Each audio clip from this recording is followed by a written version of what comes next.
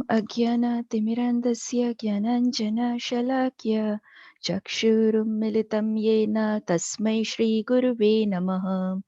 श्रीचैतन्यमनोभीष्टं स्थापितं येन भूतले स्वयं रूप कदा माह्यं ददाति स्वपदान्तिकम्। वन्देऽहं श्रीगुरुं श्रीयुतपदकमलं श्रीगुरुं वैष्णवं च श्रीरूपं साग्रजातं सहगणरघुनाथं वितं तं सजीवं साद्वैतं सावधूतं परिजनसहितं कृष्णचैतन्यदेवं श्रीराधाकृष्णपादान् सहगणललितां श्रीविशाखां वितं च। हे कृष्ण करुणा सिन्धु दीनबन्धु जगत्पते गोपेश गोपिका कान्ता राधा कान्ता नमोऽस्तुते। तप्त कंचन गौरंगी राधे वृंदावनेश्वरी वृषभानुस्तुते देवी प्रणमामि हरिप्रिये। वंशकल्पतरुभयश्च कृपा सिन्धुभ्य एव च पतितानां पावनेभ्यो वैष्णवेभ्यो नमो नमः।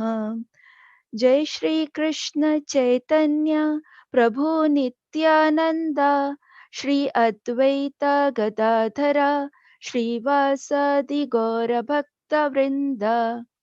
हरे Krishna Krishna Krishna Hare Hare Hare Rama Ram Ram Hare Hare.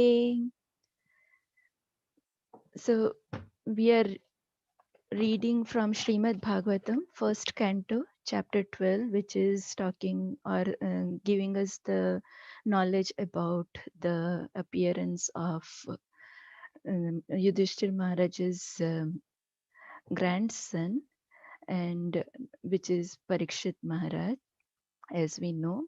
And we are in the 18th verse. So, canto 1, chapter 12, 18th verse. And just a little bit of what was being spoken or what has been discussed before this verse comes up. So in this chapter we are learning about the appearance of Parikshit Maharaj, who takes birth from the womb of Mother Uttara.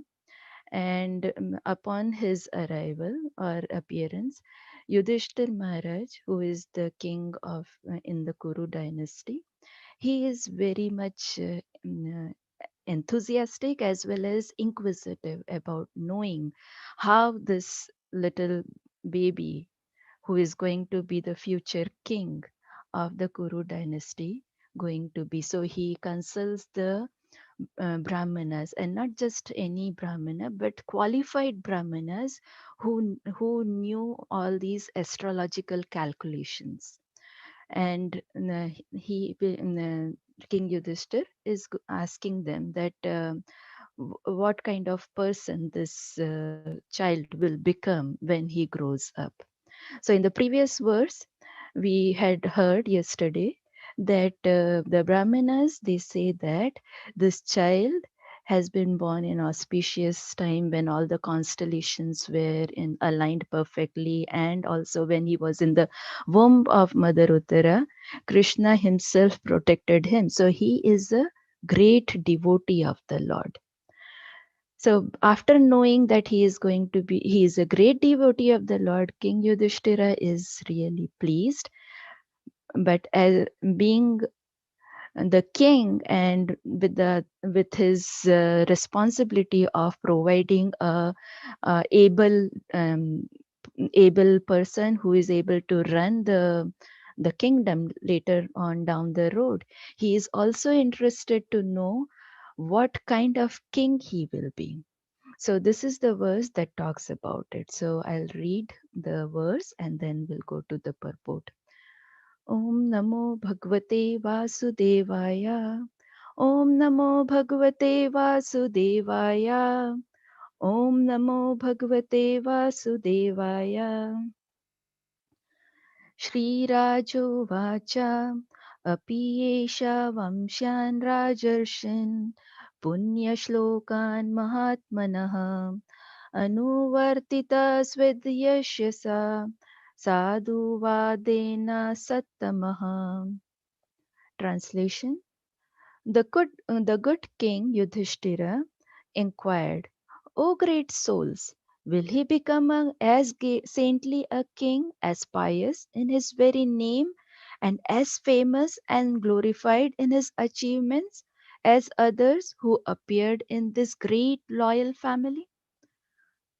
Purport: the forefathers of King Yudhiṣṭhira were all great saintly kings, pious and glorified by their great achievements. They were all saints on the royal throne, and therefore all the members of the state were happy, pious, well behaved, prosperous, and spiritually enlightened. This is an important point, and we will focus on this when we do the discussion. Under strict guidance of the great souls and spiritual injunctions, such saintly kings were trained up, and as a result, the kingdom was full of saintly persons and was a happy land of spiritual life. Maharaj Yudhiṣṭhira was himself a replica of his ancestors, and he desired that the next king after him become exactly like his great forefathers. He was happy to learn from the learned Brahmanas that by astrological calculation the child would be born a first great devotee of the Lord, and more confidentially, he wanted to know whether the child was going to follow in the footsteps of his great forefathers. That is the way of monarchical state. The reigning king should be pious, chivalrous, devotee of the Lord, and fear personified for the upstarts. He must also leave a higher, apparent equally qualified to rule over the innocent citizens. In the modern setup of the democratic states, the people themselves have fallen to the qualities of the Shudras or less, and the government is run by their respective representatives, who is ignorant of the scriptural modes of administrative education. Thus, the whole atmosphere is surcharged with Shudra qualities manifested by lust and avarice. Such administrators quarrel every day among themselves. The cabinet of ministers changes often due to party and group selfishness. Everyone wants to exploit the state resources till he dies. No one retires from political life unless forced to do so. How can such low grade men do good to the people? The result is corruption, intrigue, and hypocrisy. They should learn from Srimad Bhagavatam how ideal the administrators must be before they can be given charge of different posts. Srila Prabhupada ki jai. If he would not be giving all these purports just by understanding the translation or reading the translation, we could never get insight into it. So let's try to understand the translation. The good king inquired. So Yudhiṣṭhira is inquiring, "O great souls," meaning he is referring to the qualified brahmanas. "Will he," meaning Parikshit, "become a saintly king, as pious as his very name, and as famous and glorified in his achievements as others who appeared in this great loyal family?" So, King Yudhiṣṭhira belonged to the Kuru dynasty, and kings in the Kuru dynasty, including King Yudhiṣṭhira, were great saintly kings. They were pious and basically exhibited Rajarshri qualities. So, as a result of these qualities that the kings exhibited, including King Yudhiṣṭhira, who exhibited these qualities, what was the benefit? There were five benefits that were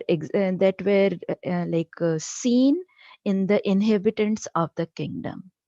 So, what were those benefits? The the people of the kingdom were happy. Number two, pious. Number three, well behaved. number 3 prosperous, and number 5 spiritually inclined. So there were total of 5 benefits that came out of the well running of the kingdom by the well abled kings. Now let's go and understand each of these, how these happiness, pious, well behaved, prosperous, and spiritually enlightened people were manifested in such kingdoms. So first is happy.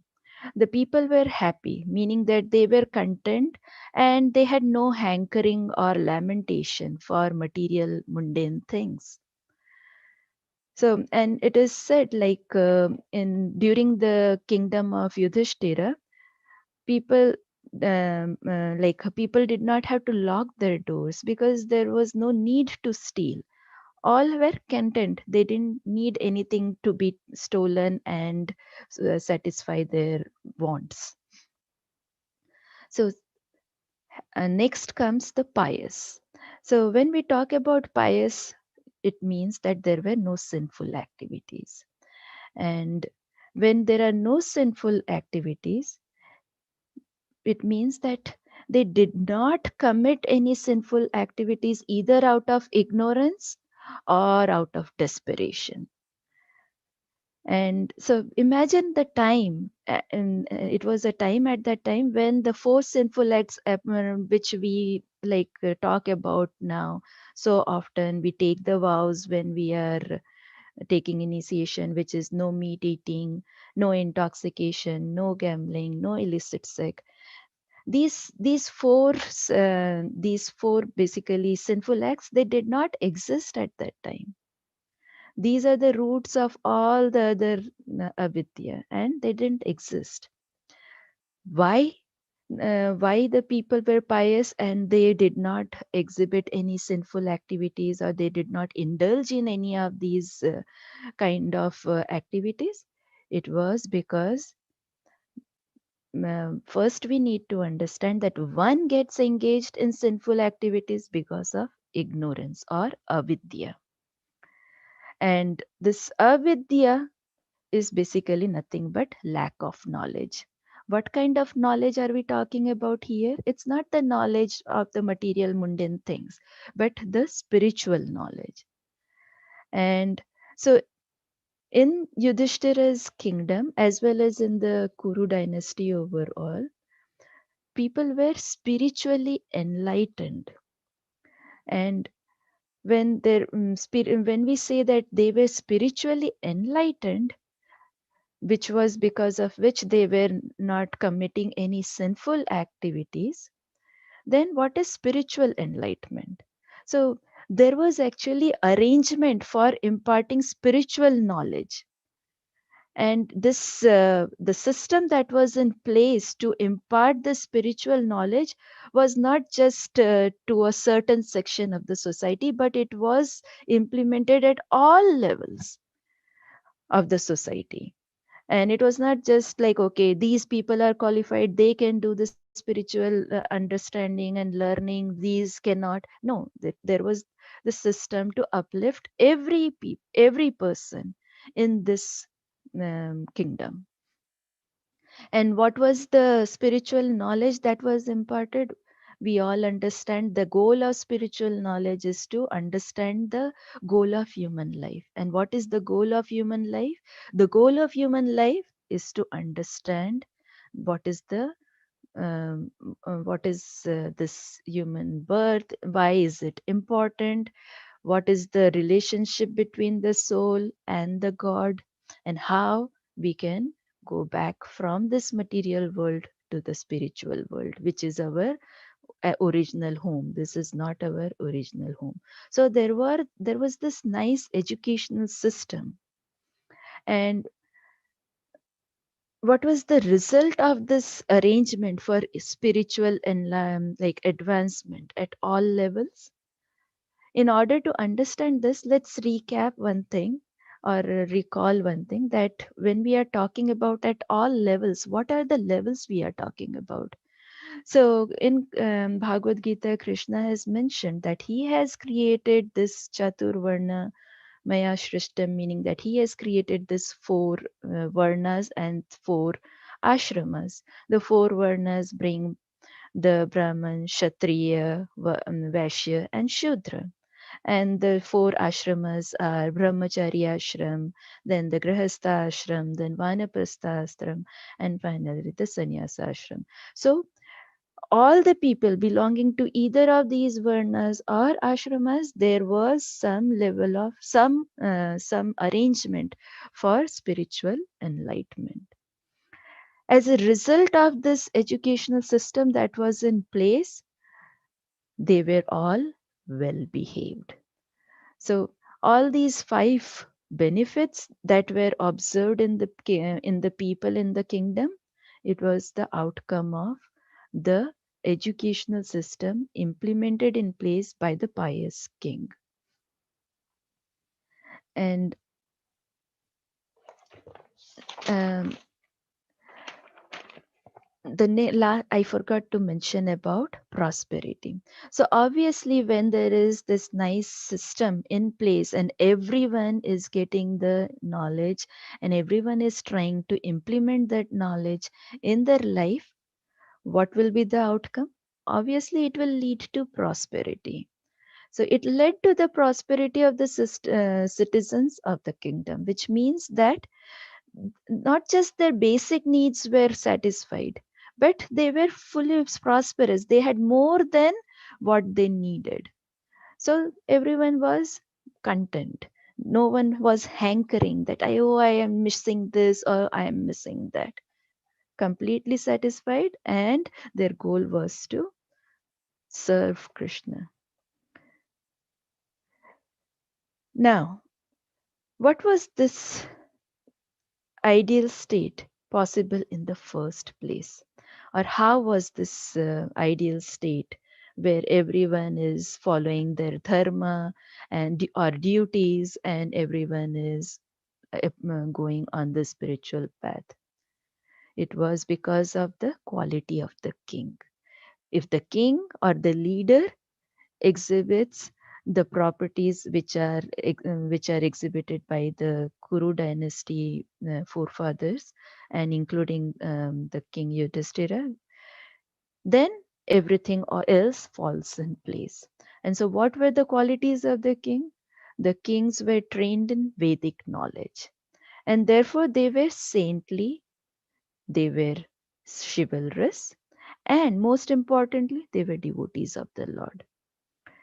And since they were devotees of the Lord, they knew the importance of spiritual knowledge, and that's why they had the system in place. And Prabhupada has written here in the purport that they will be fear personified for the upstart. So, what does this upstart mean? It means that if there is anyone with a shady character, meaning that someone who is not following the dharmic injunctions, not doing their duties or something, then the king will be very strong, like it says fear personified. So the people will be feared of this king, and so they will automatically not be upstarts, meaning they will not be inclined to do anything which is not prescribed.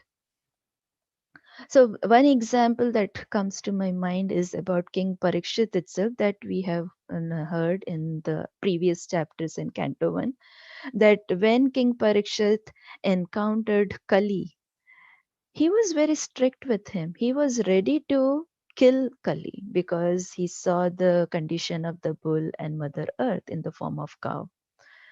But when Kali surrendered and he spoke his situation, then understanding the position of King Kali, who is basically going to be the ruler of this Kali Yuga,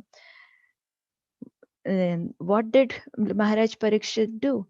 He remained strict, but at the same time he gave Kali So he basically he spared Kali's life, but at the same time he restricted Kali's residences, meaning he restricted where Kali could have his influence.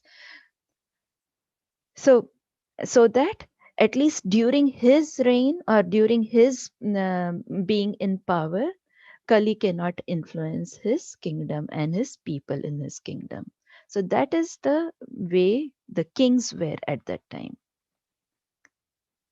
And the duty of the king, basically, which is another duty of the king, is to make sure that after him, his descendant king will be also equally qualified.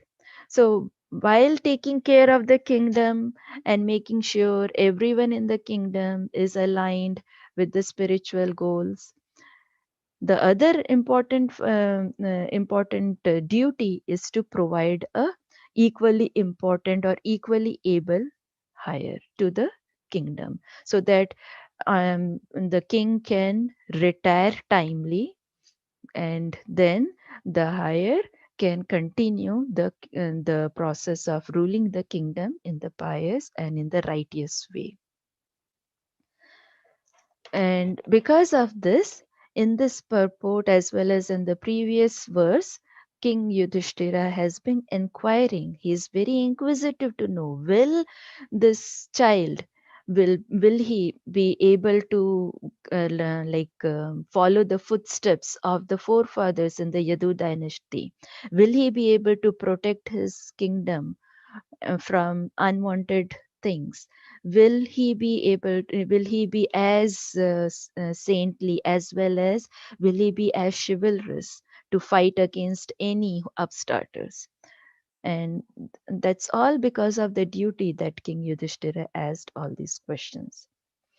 So beyond that, in the purport, Prabhupada has described about the outcome of the society, or the basically the kingdom, or any at any level we can think about community, when these scriptural injunctions are not followed, if there are no stronger kings or no stronger leaders in place to guide all the people below them.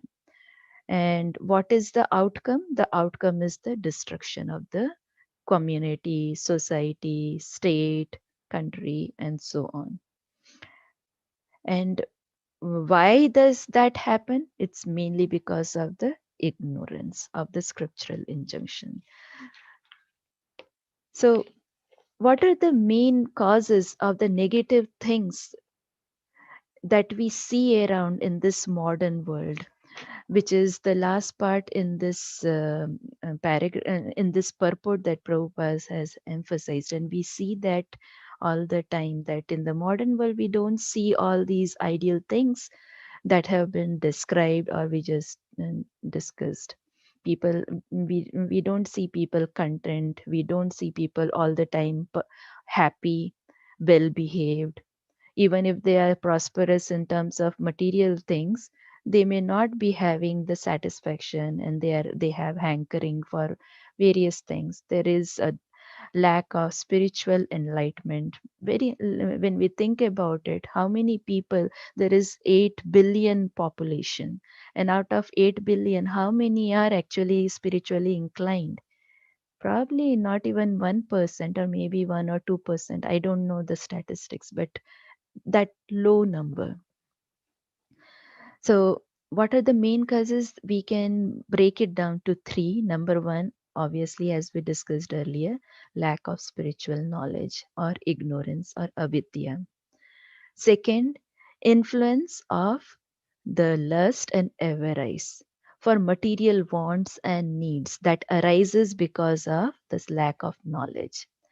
And so, as a result of this lust that develops in the individual because of coming in contact with all these material things, what the resultant is that instead of satisfying the Lord, everyone is engaged in satisfying their own senses, which leads to the destruction of all the systems. And not only that, it also results in corruption, unhappiness, hypocrisy at all levels. We see that even like at the work front, when we go, every now and then the leaders change, the policies change, and things keep happening. Like in the workplace, we always, especially in the big companies, it is said that if you don't like your boss, wait for 6 months, the management will change, the boss will change. So that is the condition right now in the modern world. What is the solution to all this? The solution is education, and education at all levels, especially education for children. And like Srila Prabhupada, he has stated in Srimad Bhagavatam, first canto, 12th chapter, 30th verse purport. I'll read that. Every child, if given an impression of the Lord from his very childhood, certainly becomes a great devotee of the Lord like Maharaj Parikshit. Maharaj Parikshit also advised that such impressions of a godly relation must be impregnated from the very beginning of childhood. Otherwise, one may miss the opportunity of human form of life. Such strong and very clear instruction given to us by Prabhupada. So the question arises, is it only the children that need to be educated? From my personal experience, I will say no. It has to be not only the children, but the parents, as well as even if it is not parents, at every level, whether a brahmachari, a grahastha, a sannyasi, or vanaprastha. Every level there has to be education. So we can see that, like all of us who are from this Naperville Center, we can see that we get the association of His Holiness Romapad Swami Maharaj, and he has been emphasizing on training and education at all levels from years. And especially like when this thought about getting this temple came into existence, ever since then he has been saying this center is going to grow, and with growth there will be an influx of people that will be coming. And if there is no proper training and education in place, we will not have qualified devotees to guide the influx of people. So influx of people will be from at all levels: children, adults, adolescents, old people, and so on. So we have to, it is our duty that not only that we focus on children's education, yes, it's a must, but we also focus on understanding the spiritual knowledge. And after understanding, we try to implement in our life. We introspect, we try, instead of pointing fingers and finding faults, oh, this is not in place, why there is this in the temple, or what is that. See inside and see how we can improve, so that we can serve Radha Shamsundar, how we can serve Radha Madhav when they are on the altar, probably very soon, next year or so. And we all are looking forward to that. So all of us have this responsibility, a very, very deep responsibility to Guru, Prabhupada, and to Krishna, that we all follow on this path. We learn and teach from our own behaviors. We become role models, so that by looking at us, by our behavior, the others are influenced and they are also attracted to this Krishna conscious path. So, with that, I stop here. Is there anything anyone wants to share? Any realizations?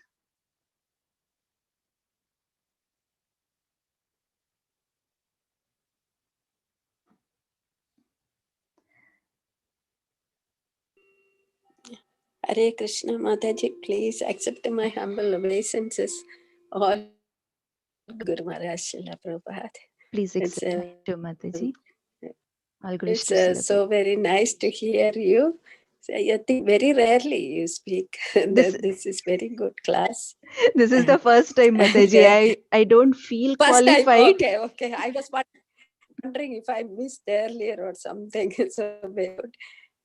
Very true to your profession. Very good class. Teacher like. Very good class.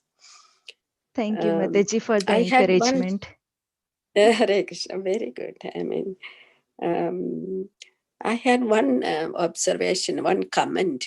Yes, Mataji. I mean, we would think that in that idealistic society where the king is all like representing dharma totally, like Yudhiṣṭhira Maharaj, there will be um, no unwanted things like meat eating, intoxication, illicit sex, etc.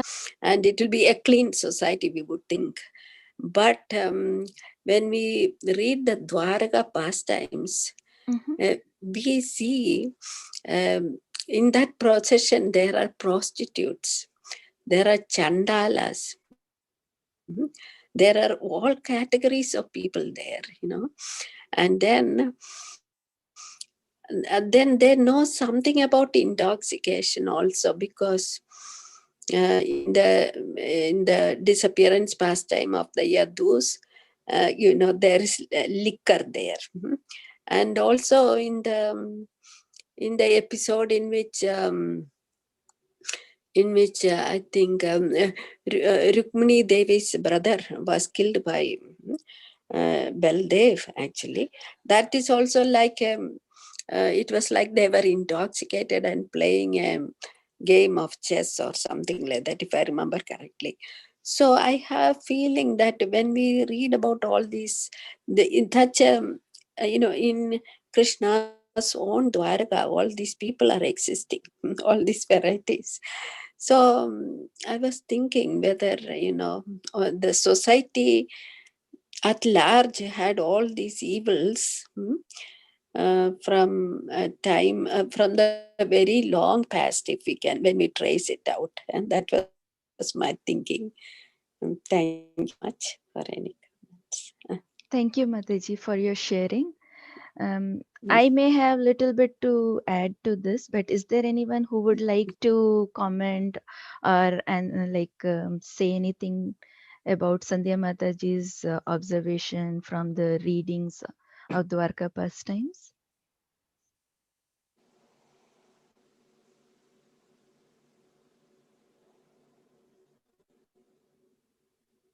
Okay. So, as I have understood, most of the time I go to Premananda Mataji or listen to Maharaj lectures, or I bug Pratibhahu all the time with all these type of questions. So so I had this similar question asked to both of them, that we see in the scriptures that there were people who were drinking, or there were all these. So how do we understand that? On one side we are said to follow these sinful follow these regulative principles and not go into this direction. And number one answer is that we need to see holistically. So when that means that we are nitpicking that, okay, there was this intoxication prevalent at that time, so we cannot justify ourselves by just saying that, oh, there was intoxication used at that time, we can also intoxicate ourselves. We need to know what is right and wrong, and based on that we need to implement and follow the instructions. Similarly, when we talk about the prostitutes, yes, there was a place for prostitutes in the society, and there was so it was a part of the society. The presence of the prostitute, or the presence of meat eating mainly by the Kshatriyas, because of their requirement to have more chivalrous rasa, not rasa but chivalrous characteristic. They used to go and hunt, and once they hunt, probably they were also eating whatever they were hunting. So yes, they were, that was there, but at the same time we need to nitpick and see the qualities which helps us to progress on this Krishna conscious path. So by eating meat or by intoxication or by illicit sex, we know that it's going to pull us down into this material concept more and more and more. So if we want to come out of this material concept, we have to stop these things. Otherwise, we will be happily staying here. Maya Devi will be very happy because we will make her life easy by ourselves indulging on these Mayaful things. So, Mataji, I may not have a full answer, but this is my understanding from what discussions I have had, similar to what your observation is. So, would you like to add anything, Mataji, or anyone else No, would no, like to thank add? you very much. I agree with you completely that we must, education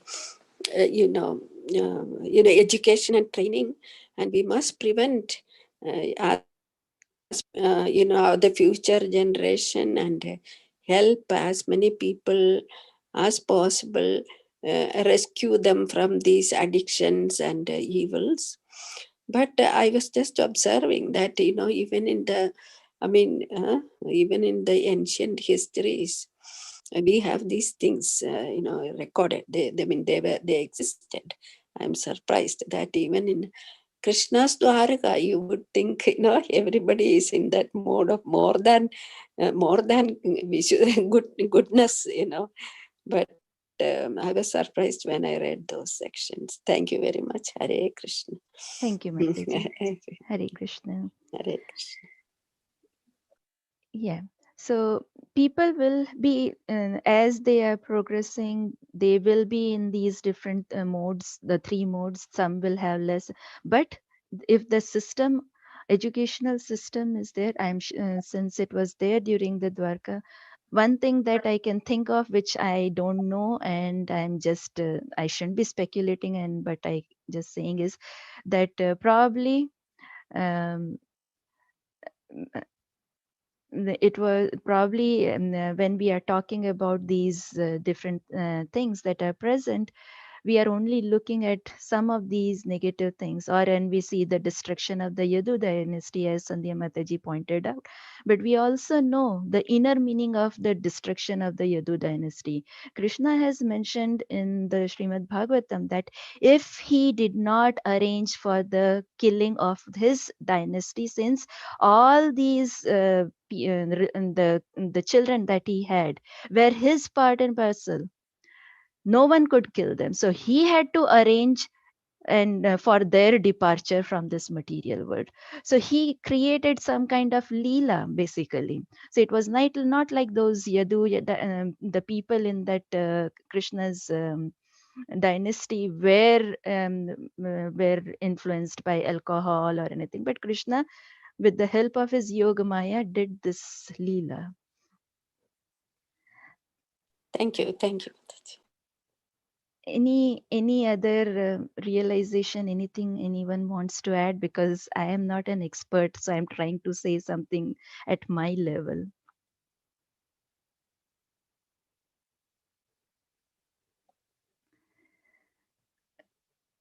Okay, if not, thank you so much for your time, and please pray that we can all continue to grow in our Krishna consciousness and serve Guru and Krishna. Hare Krishna. Thank you so much, Mataji. Thank you, Prabhu. Hare Krishna.